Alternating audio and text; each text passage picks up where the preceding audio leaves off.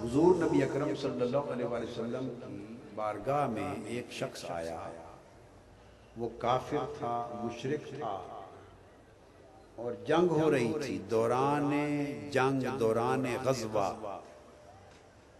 وہ کافروں کی طرف سے حضور علیہ الصلوۃ والسلام کے اور اسلام کے خلاف جنگ میں شریک تھا، اپنی سواری پر آقا علیہ السلام کے خلاف لڑ رہا ہے۔ دوران لڑائی کے اس کا آمنا سامنا ہو گیا، حضور صلی اللہ علیہ وسلم کے سامنے پہنچ گیا۔ اس نے دیکھا کہ یہ پیغمبر اسلام صلی اللہ علیہ وآلہ وسلم کھڑے ہیں، وہ اپنے گھوڑے پر سوار تھا۔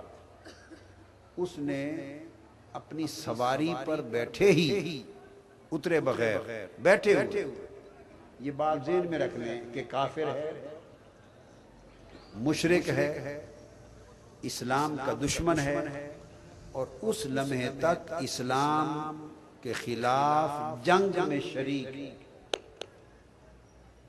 اس حالت میں اس نے پوچھا، اے محمد صلی اللہ علیہ وآلہ وسلم،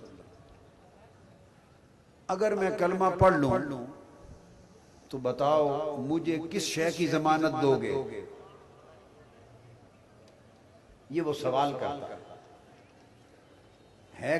اس سے یہ معلوم ہوتا ہے کہ اس دور کے جو کافر اور مشرک تھے، کافر ہو کر بھی اتنا جانتے تھے کہ رسول جس شے کی ضمانت دینا چاہے دے سکتا ہے۔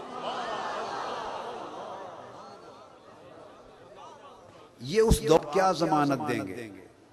آقا علیہ السلام نے اسے فرمایا، تو کلمہ پڑھ لے تو میں تجھے جنت کی ضمانت دیتا ہوں۔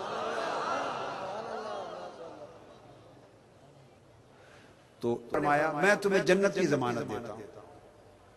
اس نے کہا، اچھا یہ سودا پکا ہے؟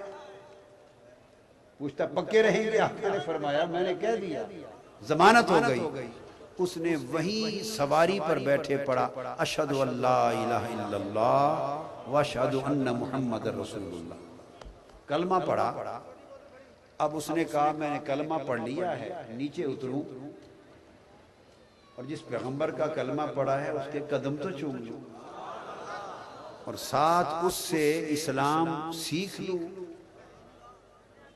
وہ نیچے اترنے لگا، پائیدان سے اس کا پاؤں پھسلا، گردن کے بل گرا اور وہیں گر کے شہید ہو گیا۔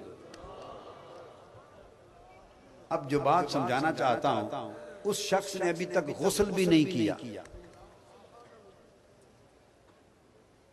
غسل نہیں کیا، وہی کافر و مشرک ہے، پلید جسم کے ساتھ آ رہا ہے، کلمہ پڑھا ہے، نہ غسل کیا، نہ حضور علیہ السلام سے نماز پڑھی، نہ نماز سیکھی، نہ ایک وقت کی ہی نماز ادا کرنے کا موقع ملا، نہ روزہ رکھا، نہ حج کیا، نہ زکوٰۃ دی، نہ حلال اور حرام کا سمجھا۔